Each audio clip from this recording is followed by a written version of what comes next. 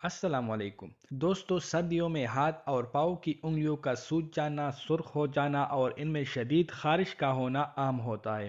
اور لوگ اس کے بارے میں طرح طرح کی باتیں کرتے رہتے ہیں کہ یہ کیوں ہوتا ہے، اس کی اصل وجہ کیا ہے اور اس کا علاج کیا ہے۔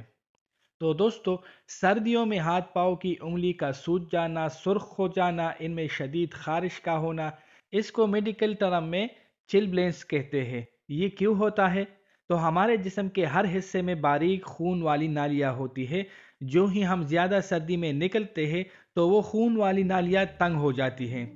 تو اس ایریا میں جو خون کی گردش ہوتی ہے وہ کم ہو جاتی ہے۔ تو جو ہی خون کی گردش کم ہو جاتی ہے تو اس میں آکسیجن کی بھی کمی ہو جاتی ہے، کیونکہ آکسیجن کو تو خون لے کر جاتا ہے، تو جب خون صحیح طرح سے گردش نہیں کرتا تو آکسیجن بھی صحیح طرح نہیں پہنچ پاتا، تو وہاں پر موجود سیل یعنی خلیے مرنا شروع ہو جاتے ہیں، کیونکہ خلیوں کی غذا تو آکسیجن ہے اور آکسیجن اس تک پہنچ ہی نہیں پاتی، تو اس کی وجہ سے وہاں پہ سوجن ہو جاتی ہے، سوجن کی وجہ سے خارش ہو جاتی ہے، اور جب ہم اس جگہ کو خارش کرتے ہیں تو وہ حصہ سرخ ہونا شروع ہو جاتا ہے، اور اگر آپ خدا نخواستہ بہت زیادہ شدید خارش کرتے ہیں تو اس کی وجہ سے اکثر زخم بھی بن جاتے ہیں،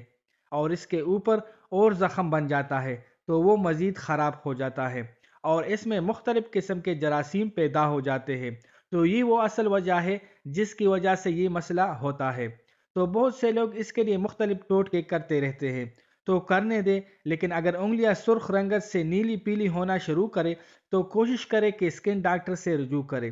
کیونکہ یہ خطرناک حد تک بھی جا سکتا ہے۔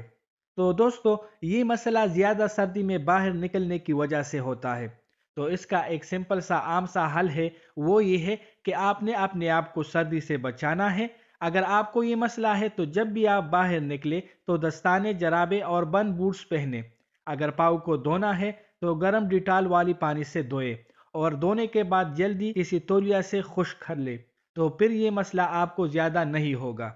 اور اگر آپ ڈاکٹر کے پاس جانا نہیں چاہتے تو کچھ میڈیسن آپ گھر پر استعمال کر سکتے ہیں۔ تو زخم کے لیے آپ نے اینٹی بائیوٹک یعنی کیلاماکس، اینٹی الرجک یعنی ریجکس، اینٹی فنگل یعنی پلوکونازول، اور ٹاپیکلی کریم جیسا کہ پیوڈک ایچ سی، اور درد سوزش کے لیے بروپن استعمال کریں۔ انشاءاللہ اللہ شفا ضرور دے گا۔ اس کے علاوہ اور کوئی سوال ہو تو کمنٹ سیکشن میں پوچھ سکتے ہیں۔ اللہ حافظ۔